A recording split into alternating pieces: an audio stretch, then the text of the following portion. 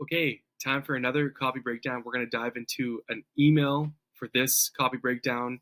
This one is from Amy Porterfield, and I haven't looked at the email yet. I'm just literally choosing this one and just going to break it down for you. Amy Porterfield, if you don't know who she is basically like the online course guru or whatever. Like she sold over $100 million in course sales um, over like a 10-year span. She used to work for like Tony Robbins or something like that. Um, anyways, she knows how to sell info products. That's what I'll say. But anyways, let's dive in. So subject line, my best year-end workshop, it's free. So as far as like just straight up headlines goes, this one's pretty good. And in fact, there's a couple power words she uses here. Best is a power word. Best selling, best this, best that. Best implies that there's something very, very good and valuable and beneficial. So solid power word. And even more powerful of a power word is the word free. It's free. But when you say the word free, it's like everybody stops what they're doing and is like, what's free? I want the free thing. Um, so there's a couple things. So for her headline in itself, I'm calling her subject line her headline because that's what a subject line really is. It's a headline, but for email. I think it's pretty good. She doesn't really say much about what it is.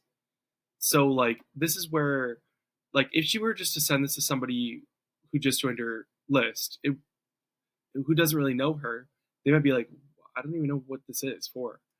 But like, so for people who are on her list, who understand her, who know who she is, she doesn't necessarily need to tell them what this workshop's about. I think it still would be beneficial to do that. And she didn't even include a preview text, which I thought was really weird. So if I was her, I would actually add a preview text as well, saying like what the workshop's about. And like we could figure out what the workshop's gonna be about because she goes into it a bit here. I just barely skimmed the email, so I'm like, I know she talks a little bit about what the thing's gonna be about. That would be a preview text I would want to include. It's like, well, what's the year-end workshop about that's free, right? I don't care about a random workshop from a random person, even if it's free. Tell me what the benefit is. So that's what I would want to see in the preview text, like the top benefit. You're going to learn X, Y, Z. You're going to get this kind of outcome. I think that would be a good preview text to couple with this. She didn't do that. I would have done that. Another thing, even though the word free is good, it can trigger spam filters and promotions filters in Gmail, especially nowadays. Um, so, like, certain things she's doing in her subject line, I would be very cautious about, especially because Gmail is especially uh, finicky um, in 2024, where if you say the wrong thing, you're landing in promotions tab, you're landing in spam, and even if you're not saying the wrong thing, sometimes they're just sending people there. So doing all caps, that is something to be cautious about. Doing emojis, something to be cautious about. Saying the word free even in the subject line, something to be cautious about. Using exclamation marks, something to be cautious about. Does this stuff all matter on a sales page or a Facebook ad? No, it doesn't. Does it matter in email copy? Yes, it does. Now, emojis, she uses emojis in all her subject lines. I was looking at, it's her thing. It's kind of one thing that separates her to make, it's part of her branding. So that's something she just does. So she can get away with that, I'd say. Um, but yeah, I mean, I would just be careful to what kind of spam triggering words you use in your subject line because you don't want to land in promotions or spam. And that's something to very seriously consider if you're writing emails. When you write emails as an email copywriter, like it's not just about what's the best headline or subject line. It's about what's the best subject line that's actually going to land in my reader's inbox. Because if it doesn't land in their primary inbox, they ain't going to read it. And if they don't read it, guess what? They ain't going to click on that. And if they don't click on that, there's no sale. So that email turns into $0. And you as a copywriter, your job is to make more than $0 for your clients. Okay, so let's dive into the email. Brandon, how incredible is it to have a business that allows you to slow down during the holidays and spend your Tuesdays baking cinnamon rolls and wrapping presents at your leisure. Right. So I'm going to read through it quickly, and then I'll go back in and break it down because it's not too long of an email. It's all right. But right, it's the pipe dream for most of us. And if your business, especially in December, is running on peppermint, mocha, and prayer, I want to give you a quick moment of perspective. Brandon, do you want your freedom on your terms? Yes. That's why you're chasing down this online business in the first place. Well, Brandon, if you want a 16-year tenured online business owner's advice on the very best thing you do for your current or future business to win back that time and freedom in 2025, it's building that email list. That's why I'm hosting a short and quick to get through free masterclass, how to have a 10,000 subscriber year. Okay, now we know what the thing's about. Ready to grow your list. So then she has a graphic here with a call to action here. Zoom in, boom, boom, boom, boom. Okay, and this is clickable. And all images in an email should be clickable, by the way. Just a little tip. If having 10,000 people who are right for your 2025 offers and reachable at a moment's notice feels as realistic as sitting in line for a mall Santa photo without fears, tantrums, or Great American Cookie Company bribes, give me 60 minutes of listening time or whatever you can spare. In this 1-hour masterclass, you'll get my complete getting started strategy for building the number one most important asset you got as an entrepreneur, your email list. I'll teach you the simple, time-efficient process for growing an email list full of ready-to-buy subscribers so you can see revenue even with a small subscriber count. I'll make building a profitable, thriving email list starting January 1st feel oh so doable by teaching you how to align your list building with your 2025 paid offers, countless examples of actual list growth over time so you can see what's realistic, doable, and pretty exciting. How to use super simple social media strategies to build your list. No dancing required. The most important mindset shift to becoming a pro at attracting perfect leads, and so much more. Register me now. If you want to start 2025 knowing what to do and when to do it to add 10K subscribers by January 31st, schedule a little masterclass me time for yourself that will help you hit the ground running on January 1st. Cheering you on always, Amy. Okay, there we go. I think overall, her email is pretty good. I think she hits on a lot of things. I think she hits on the main point. She sticks to one main idea. She gives one main call to action, and she shared the benefits. So I would give her an A for the email, just straight out of the gate. Like, she gets an A. There's definitely some things that I would do to optimize this. For instance, some of these sentences, just like the first thing I noticed, some of the sentences were kind of just long, and they were a mouthful to read. It wasn't a huge amount. Like, this thing's really easy to read overall. Like, her readability is great. But,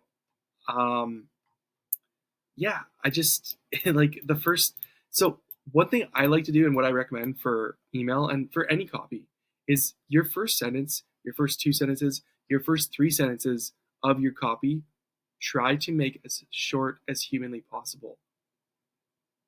Now, this isn't always easy, and this doesn't always happen. But your goal is to get people down the slippery slope or the slippery slide, whatever you want to call it, so they can't stop reading your copy. But in order to do that, you need to get, like, once you get someone to read this far, they're probably just going to read the rest because they've already committed so much. But in order to get someone to read here, you need to get them to read this and this and this and this. So you need to make it as easy as possible, as frictionless as possible. You need to really, like, the most important part for your readability is your first couple sentences, your first couple paragraphs that just make it so easy to read. Like, if you have like for instance, if this is the start of her thing, one word, short sentence, a little bit longer sentence, it's easier to get through to the rest. But she starts with this longer sentence. I'm going to read this again out loud. How incredible is it to have a business that allows you to slow down during the holidays and spend your Tuesdays baking cinnamon rolls and wrapping presents at your leisure? If it's hard to say on one breath a sentence, if it's hard to do that out loud, when you speak your copy out loud, this one again and this one again, if it's hard to do that, there's 3 long sentences here. If it's hard to read it out loud, it's hard to read it silently in your mind, how most people are going to be reading this email. So this is one piece of feedback I have for you is, like, she needs to make some of these sentences shorter, especially the very first, like, okay, she says my name, and then she goes into this. I would make the sentence shorter. It's got to be shorter. That's like the main thing. It's okay to have a long sentence every now and then, or a longer paragraph. You just especially don't want to have this right at the beginning, because some people are just gonna stop reading. They're gonna be, oh, this looks like work. If it looks like work, people won't do it. So if they don't read it, they're not gonna get sold, and they won't read the rest of your copy. As far as the rest of the email goes, so she starts with the dream state. So she talks about like basically like the life that she's trying to get people to imagine that they could live. So I would actually, if I was her, I would have started with literally the words like, imagine this. Imagine. When you say the word imagine, that's an incredible power word that gets people to literally be like, okay, I will imagine this thing. And then they start dreaming, right? I would have said, Brandon, imagine this. Imagine this. You have a business that allows you to slow down during the holidays. ... New paragraph. And you spend your Tuesdays baking cinnamon rolls and wrapping presents at your leisure without a care in the world. That's how I would have rewrote that intro. I would have literally said, like, imagine this. Boom, boom, boom. Okay, so let's keep going. Right, it's the pipe dream for most of us. Now she calls out the objection and what we're already thinking. If your business, especially in December, is running on peppermint mocha and prayer, I want to give you a quick moment of perspective. So you know what she's good at? She's good at incorporating humor, and her copy's fun and enjoyable and fun and humorous to read, which that's part of her branding and her tone and her voice, which is great because it's congruent across her copy, which is really important. So I like how she kind of adds in this like stuff. It just makes it a little bit more fun. You don't need to make your copy cute, funny, and fun, and emojis and whatever. You don't need to. It's not a necessity, right? You can have a more serious tone, and that's totally fine. But she's congruent with this throughout her copy, which I like. Brandon, you want freedom on your terms, yes? Okay, see what she did here? She is doing a micro agreement, which is a sales tactic, which is a copywriting tactic too. You ask a question where you know the answer is going to be yes. The reason for that is because once you start getting someone to say yes and nodding their head, yes, and nodding their head, yes, well, by the time you say, do you want to join this masterclass? They've already started to say yes. They're much more likely to keep saying yes. It's like a momentum snowball thing. That's why you're chasing down this online business in the first place, right? She's good at calling out where the reader's at, and she's getting into the dream state. She's calling out where the reader's at. Brandon, if you want a 16 10-year-old online business owner's advice on the various things you can do for your current or future business to win back that time freedom in 2025. Again, pretty long sentence. Amy, you could for sure cut this down. It's building that email list. So now she's given us what we need to do to get our thing. Here's the thing we want. Here's your answer. You need to build an email list. So her copy flow is well so far, and she goes right into the masterclass here with a link here and a link here. Very clear how to have a 10,000 subscriber year. So this is the thing that I would probably put in the preview text. Is my best year-end workshop. It's free. Like, get 10,000 subscribers in 2025. Something like that. Like, very straight to the point, right? Your copy is, you want to talk about benefits and, oh, you could live this life and do this thing and blah, blah. But like, at the end of the day, you want to talk about outcomes too. Like, what is the outcome? What is the outcome of what this workshop is going to give someone? The outcome here, she's saying it very clearly, how to have a 10,000 subscriber year. So I really like this. I like how that's the name of her workshop too. As far as info product goes and stuff, she knows what she's doing. Very simple. If you could say a clear outcome with numbers attached to it for a product or service you're selling. Now here, she's not selling a product or service. It's a free masterclass, right? I know what's going to happen at the end of this masterclass. She's going to pitch a paid product, which is going to be something about email, most likely. But very good copy is like, hey, join the masterclass. This is the outcome. So good copy.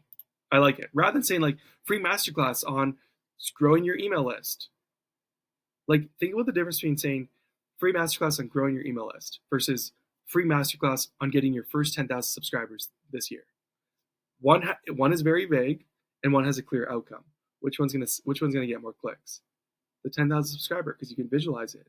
If you can visualize it in your copy, you're much more likely to sell. And if you make a very clear outcome for buying something, if you tell someone the outcome, you buy this thing, you get this outcome, you're much more likely to sell. Because nobody wants a free masterclass. They just want 10,000 subscribers. That's what it's about. So if I have 10,000 people who are for your 25 offers, reachable, boom, boom, boom. Again, she's trying to add humor here. Again, I would make the sentence shorter. Give me 60 minutes of listening time or whatever you can spare. In this 1 hour masterclass, you get my complete getting started strategy, building the number one most important assets. You got an entrepreneur. So she's hyping up the email list again. I'll teach you the simple, time-efficient process for growing an email list full of ready-to-buy subscribers so you can see revenue even with a small subscriber count. So now she's done with the deeper outcome. It's not just about the subscribers. She's promising revenue. You're going to make more money and handling an objection even if you have small subscribers. I'll make building a profitable, thriving email list starting January 1st feel oh so doable. Oh so doable, so it sounds easy. Good copy. By teaching you how to line your list building with your 2025 paid offers, examples of list growing, super simple social media strategies, most important mindset shift to becoming a pro. Yeah, that's solid. Boom, register me now, big button, click it. Yeah, start 2025, boom, boom, boom. It's a very relevant timing. Schedule a little masterclass me time for yourself that will help you hit the ground running on January 1st. Cheering on always Amy. That's great. What I would do here if I was her is one, I would add a PS because PSs people read them. It's just a clear place to just put it. It's like another headline. People love reading PSs, and yeah, what I would do here is add more urgency.